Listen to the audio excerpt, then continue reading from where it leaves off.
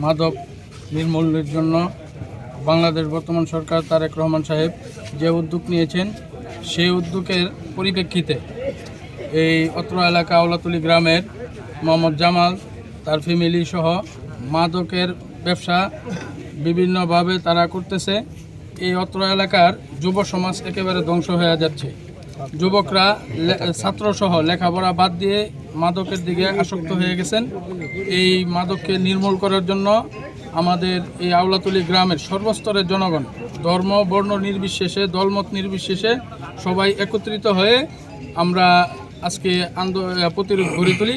সেই প্রতিরোধ লক্ষ্যে আমরা এই অত্র এলাকা থেকে মাদকের যে ব্যবসায়ী তার বাড়িঘর আমরা নির্মূল করে দেই। আমরা এই নির্মূল করে দেওয়ার মাধ্যমে সর্বস্তরের জনগণ আমরা একত্রিত হয়ে এই কাজটি আজকে পরিচালনা করি। এই জন্য মাদককে সকলেই না বলুন। মাদক এই মাদক সহকারে তাদের বাড়ি থেকে পাইছি অনেক লোক আছে, আরো পলায় গেছে না। এখন আমরা এটার প্রতিবাদ করছি এবং আমাদের যে আইন শৃঙ্খলা আছে তারাও আমাদের সাথে সহযোগিতা করবে। আমাদের যে এমপি সাহেব আছে, এমপি সাহেবের কাছে আমরা এই অভিজ্ঞতা আছে এবং আমরা ফোনে কথা কইছি।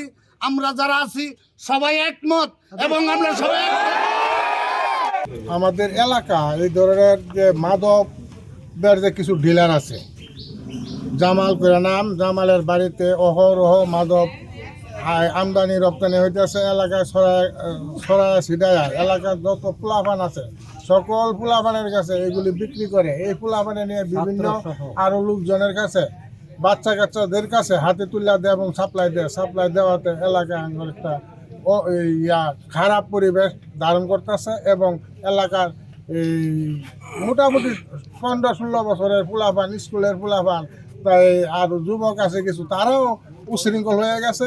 তাদের জন্য রাস্তাঘাটে চলা আমাদের খুব মুশকিল। মদ খায়া, গাঞ্জা খায়া, বড়ি খায়া মাতাল হয়ে থাকে, ময় মুরব্বীরা শ্রদ্ধা করে না এবং এলাকার পরিবেশ খুব খারাপ।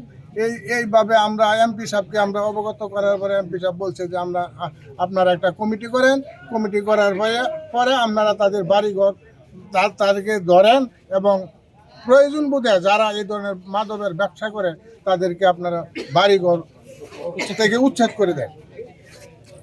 এই ধরনের আমাদের এলাকার পরিস্থিতি আমরা সহ্য করতে পারি না। আমরা এলাকার মানুষের শান্তি নাই। এলাকার সকলে মিল্লা আজকে স্টেটমেন্টে যে পাওয়া গেছে তাদেরকেও আমরা ধরবো, দরকার পড়ে তাদেরকে এই দেশেতে উচ্ছেদ করবো।